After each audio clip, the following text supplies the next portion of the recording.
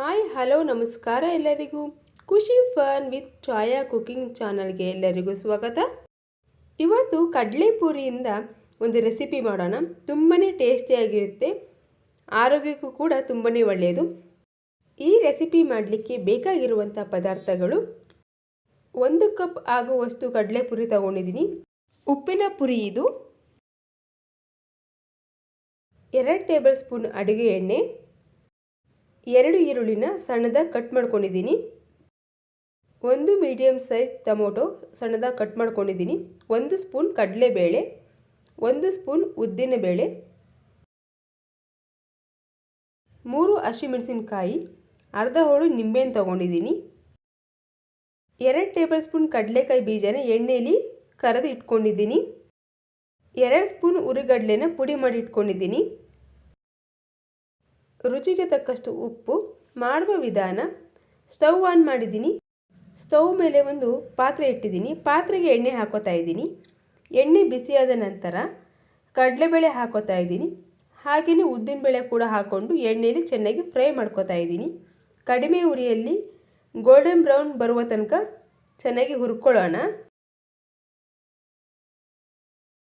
ಹಸಿಮೆಣಸಿನಕಾಯಿ ಹಾಕೋತಾ ಇದ್ದೀನಿ. ಈರುಳ್ಳಿ ಹಾಕೋತಾ ಇದ್ದೀನಿ. ಎಣ್ಣೆಯಲ್ಲಿ ಚೆನ್ನಾಗಿ ಹುರ್ಕೋತಾ ಇದ್ದೀನಿ. ಕಡಿಮೆ ಉರಿಯಲ್ಲಿ ಎಲ್ಲವನ್ನು ಚೆನ್ನಾಗಿ ಹುರ್ಕೋಬೇಕು. ಈರುಳ್ಳಿ ಸ್ವಲ್ಪ ಫ್ರೈ ಆಗಿದೆ. ಈಗ ಟೊಮೊಟೊ ಹಾಕೋತಾ ಇದ್ದೀನಿ. ಇದನ್ನು ಕೂಡ ಎಣ್ಣೆಯಲ್ಲಿ ಫ್ರೈ ಮಾಡ್ಕೋತಾ ಇದ್ದೀನಿ. ಬೆಳಗ್ಗೆ ಬ್ರೇಕ್ಫಾಸ್ಟ್ಗೆ ಅಥವಾ ಸಂಜೆ ಸ್ನ್ಯಾಕ್ಸ್ಗೆ ಒಳ್ಳೆ ರೀತಿಯ ರೆಸಿಪಿ ಅಂತ ಹೇಳಬಹುದು. ಕಡಲೆಪುರಿ ತುಂಬಾ ಲೈಟಾಗಿರುತ್ತೆ, ಆದರೆ ಹೊಟ್ಟೆ ತುಂಬ್ದಂಗಿರುತ್ತೆ. ನಾನಿಲ್ಲಿ ಸ್ವಲ್ಪ ಉಪ್ಪನ್ನ ಹಾಕೋತಾ ಇದ್ದೀನಿ. ಆಲ್ರೆಡಿ ನಾವು ಉಪ್ಪನ್ನ ಪುರಿ ತಗೊಂಡಿರೋದ್ರಿಂದ ಸ್ವಲ್ಪ ಹಾಕೋಬೇಕು, ಇಲ್ಲಾಂದರೆ ಉಪ್ಪು ಆಗ್ಬಿಡುತ್ತೆ. ಪುರಿನ ನಾನೀಗ ಒಂದು ಬಟ್ಲಿಗೆ ಹಾಕೋತಾ ಇದ್ದೀನಿ. ಇದಕ್ಕೆ ನೀರು ಹಾಕ್ಕೊಂಡು ನೀಟಾಗಿ ಕ್ಲೀನ್ ಮಾಡ್ಕೋತಾ ಇದ್ದೀನಿ. ಕ್ಲೀನ್ ಮಾಡಿಕೊಂಡು ನೀರೆಲ್ಲ ನೀಟಾಗಿ ತೆಗೆದು ಒಂದು ಬೌಲ್ಗೆ ಶಿಫ್ಟ್ ಮಾಡ್ಕೋತಾ ಇದ್ದೀನಿ. ಫ್ರೈ ಆಗಿರುವಂಥ ಈರುಳ್ಳಿ ಟೊಮೊಟೊಗೆ ಹಾಕೋತಾ ಇದ್ದೀನಿ. ಎಲ್ಲವನ್ನು ಚೆನ್ನಾಗಿ ಮಿಕ್ಸ್ ಮಾಡ್ಕೊಳ್ಳೋಣ.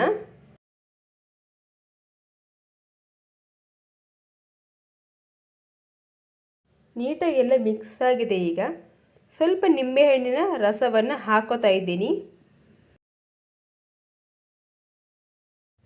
ಎಲ್ಲವನ್ನು ನೀಟಾಗಿ ಮಿಕ್ಸ್ ಮಾಡ್ಕೋತಾ ಇದ್ದೀನಿ. ಉಪ್ಪು ಖಾರ ಎಲ್ಲ ನೀಟಾಗಿ ಮಿಕ್ಸ್ ಆಗಬೇಕು. ಹುರಿಗಡಲೆ ಪುಡಿ ಹಾಕೋತಾ ಇದ್ದೀನಿ. 1.5 ಸ್ಪೂನ್ ಹಾಕೋತಾ ಇದ್ದೀನಿ. ಎಲ್ಲವನ್ನು ನೀಟಾಗಿ ಮಿಕ್ಸ್ ಮಾಡ್ಕೊಳ್ಳೋಣ. ಕಡಿಮೆ ಉರಿ ಇಟ್ಕೊಂಡಿರಬೇಕು. ಕಡಲೆಪುರಿಯಿಂದ ರುಚಿಕರವಾದ ರೆಸಿಪಿ ರೆಡಿಯಾಗಿದೆ. ನೋಡಿ ಫ್ರೆಂಡ್ಸ್, ದಿಢೀರಂತ ಮಾಡಬಹುದು.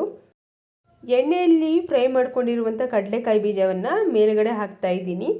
ತಿನ್ನುವಾಗ ತುಂಬಾ ರುಚಿಕರವಾಗಿರುತ್ತೆ. ನೋಡಿ ಫ್ರೆಂಡ್ಸ್, ಕೇವಲ 5 ನಿಮಿಷದಲ್ಲೇ ನಾವು ರುಚಿಕರವಾದಂತಹ ಕಡಲೆಪುರಿಯಿಂದ ಸ್ನ್ಯಾಕ್ಸ್ ರೆಡಿ ಮಾಡಬಹುದು. ಸ್ನ್ಯಾಕ್ಸ್ಗಂತ ಏನೂ ಇಲ್ಲ, ಬೆಳಿಗ್ಗೆ ಟಿಫನ್ಗೂ ಕೂಡ ಒಳ್ಳೆಯ ರೆಸಿಪಿ ಅಂತ ಹೇಳ್ಬಹುದು. ಹೊಟ್ಟೆ ಕೂಡ ತುಂಬ್ದಂಗಿರುತ್ತೆ. ತುಂಬಾ ಲೈಟ್ ಫುಡ್, ಡಯಟ್ ಮಾಡುವವರಿಗೆ ಒಳ್ಳೆ ರೀತಿಯ ರೆಸಿಪಿ ಅಂತ ಹೇಳ್ಬಹುದು. ಕಡಲೆಪುರಿನ ನಾವು ವೆರೈಟಿಯಾಗಿ ಯೂಸ್ ಮಾಡೋದ್ರಿಂದ ಹಾಗೂ ಸೇವನೆ ಮಾಡೋದ್ರಿಂದ ಶುಗರ್ ಲೆವೆಲ್ ಕೂಡ ಕಂಟ್ರೋಲ್ ಆಗಿರುತ್ತೆ. ಬೆಳಗಿನ ಗಡಿಬಿಡಿಯಲ್ಲಿ ಈ ರೀತಿಯ ದಿಢೀರ್ ರೆಸಿಪಿನ ನೀವು ಮಾಡಬಹುದು. ತುಂಬಾ ರುಚಿಕರವಾಗಿರುತ್ತೆ. ಎಲ್ಲರೂ ಕೂಡ ಇಷ್ಟಪಟ್ಟು ತಿನ್ನುವಂತಹ ರೆಸಿಪಿ ಅಂತ ಹೇಳ್ಬಹುದು. ನೋಡಿದ್ರಲ್ಲ ಫ್ರೆಂಡ್ಸ್, ಇವತ್ತಿನ ಈ ರೆಸಿಪಿ ನಿಮಗೆಲ್ಲ ಇಷ್ಟ ಆಯಿತು ಅನ್ಕೋತೀನಿ. ಇಷ್ಟ ಆದರೆ ಲೈಕ್ ಮಾಡಿ, ಶೇರ್ ಮಾಡಿ. ಹೆಚ್ಚಿನ ರೆಸಿಪಿಗಳಿಗಾಗಿ Khushi fun with Chhaya cooking ಚಾನಲನ್ನು ಸಬ್ಸ್ಕ್ರೈಬ್ ಮಾಡಿ. Thank you for watching friends.